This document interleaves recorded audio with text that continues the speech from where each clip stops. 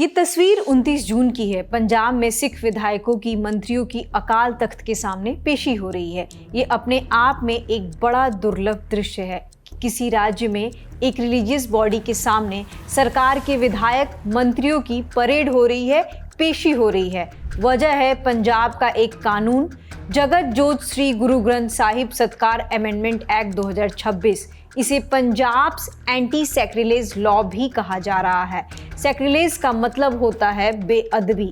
ये कानून क्या है, इस पर विवाद क्यों है और बात यहाँ तक कैसे पहुँच गई कि सरकार की अकाल तख्त के सामने पेशी हो गई, इस वीडियो में ये सब जानेंगे। और एक बात और, पंजाब की पॉलिटिक्स में अकाल तख्त इतना इम्पोर्टेंट क्यों है। क्या है एंटी सैक्रिलेज लॉ?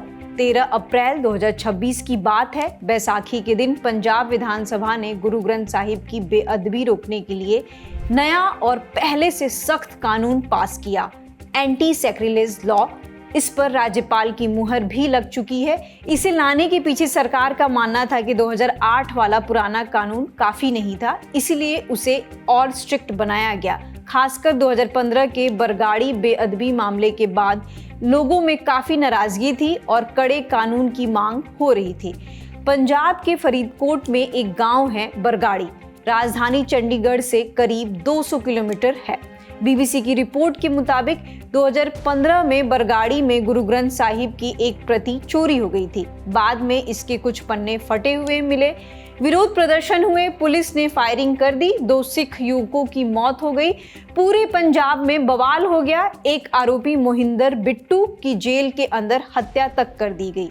इसी घटना के बाद से बेअदबी पर सख्त कानून की मांग उठने लगी थी और तभी आया 2026 वाला कानून।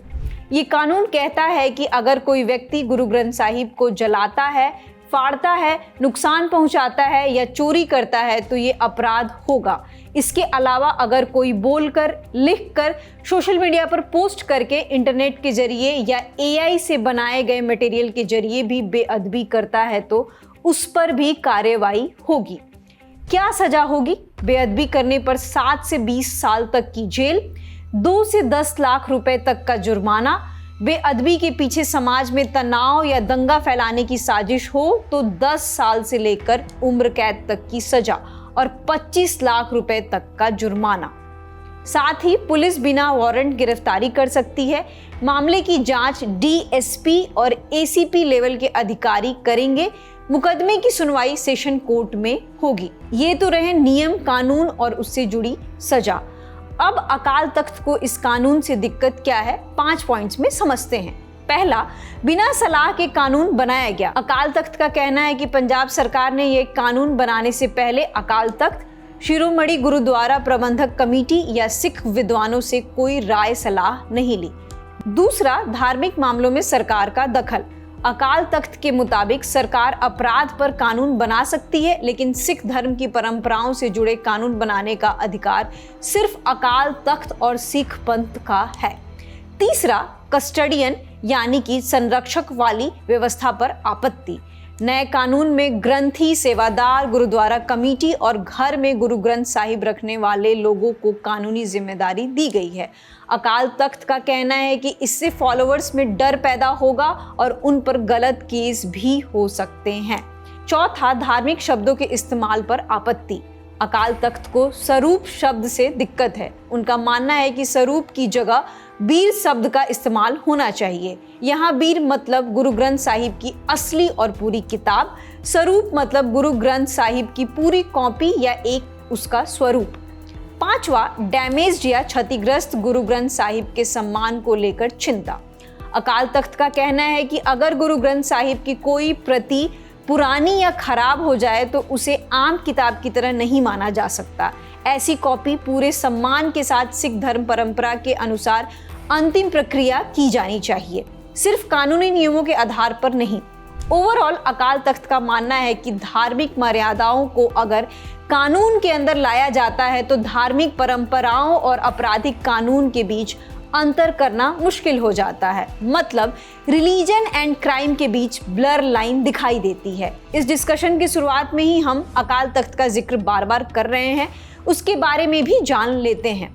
अकाल Takht, the supreme temporal authority in Sikhism, मतलब सिख धर्म का सबसे बड़ा धार्मिक और सामाजिक संस्थान, जिसे 1606 में सिखों के छठे गुरु हरगोबिंद साहिब जी ने अमृतसर में स्टैब्लिश किया था। इसका काम क्या है वो भी जान लेते हैं। सिख धर्म से जुड़े बड़े फैसले लेना और पूरे सिख समुदाय को दिशा देना। हुक्मनामा मतलब धार्मिक आदेश जारी करना।